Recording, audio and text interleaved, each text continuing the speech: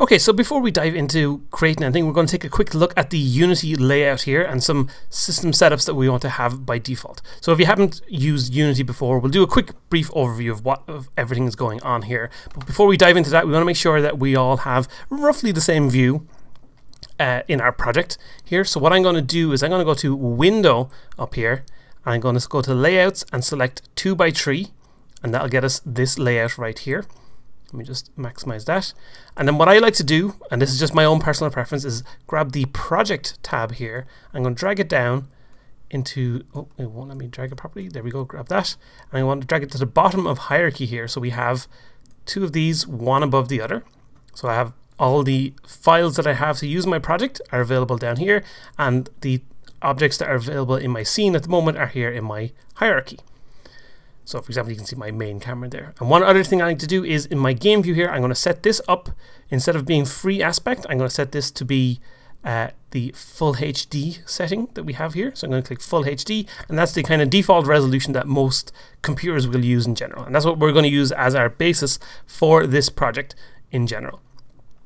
So that's just to make sure that we're all on the same kind of page. We're all roughly working with the same system here. Of course, if you want to use a different layout, feel free to do that. Just remember that this is the layout I'll be using throughout the course. So if you are not familiar with all this stuff, we'll just do a quick brief overview of what's going on here. So right here we've got the game view, and this shows us a version of what players will see in their game. At the moment it's just a blue screen because all we've got in our game at the moment is just a camera that looks at nothing.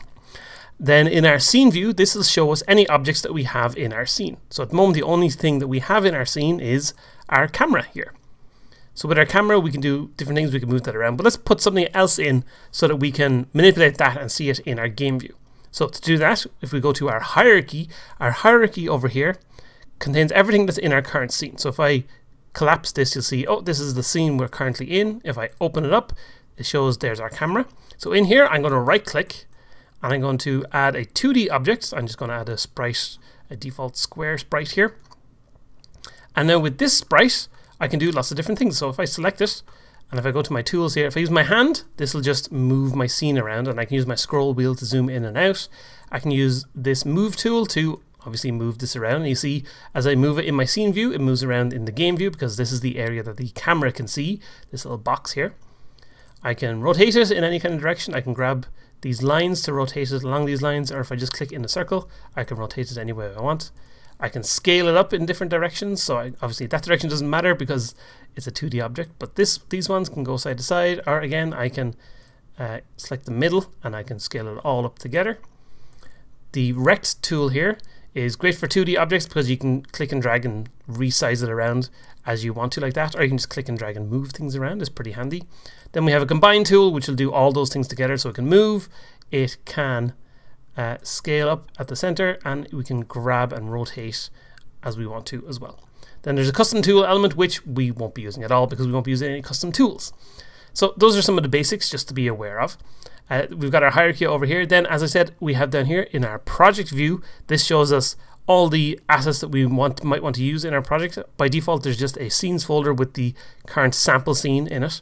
But all the art files and things like that will all go into our assets down here, and we'll drag them into any scenes where we need to use them. And then finally, we have our inspector over here, and our inspector tells us information about any object that we have selected. So we have our square selected here, and that gives us our bit of information about the square. If I select the camera, we get information about the camera object. And you should notice, again, if this is all new to you, with your main camera and your square, they both have a transform component.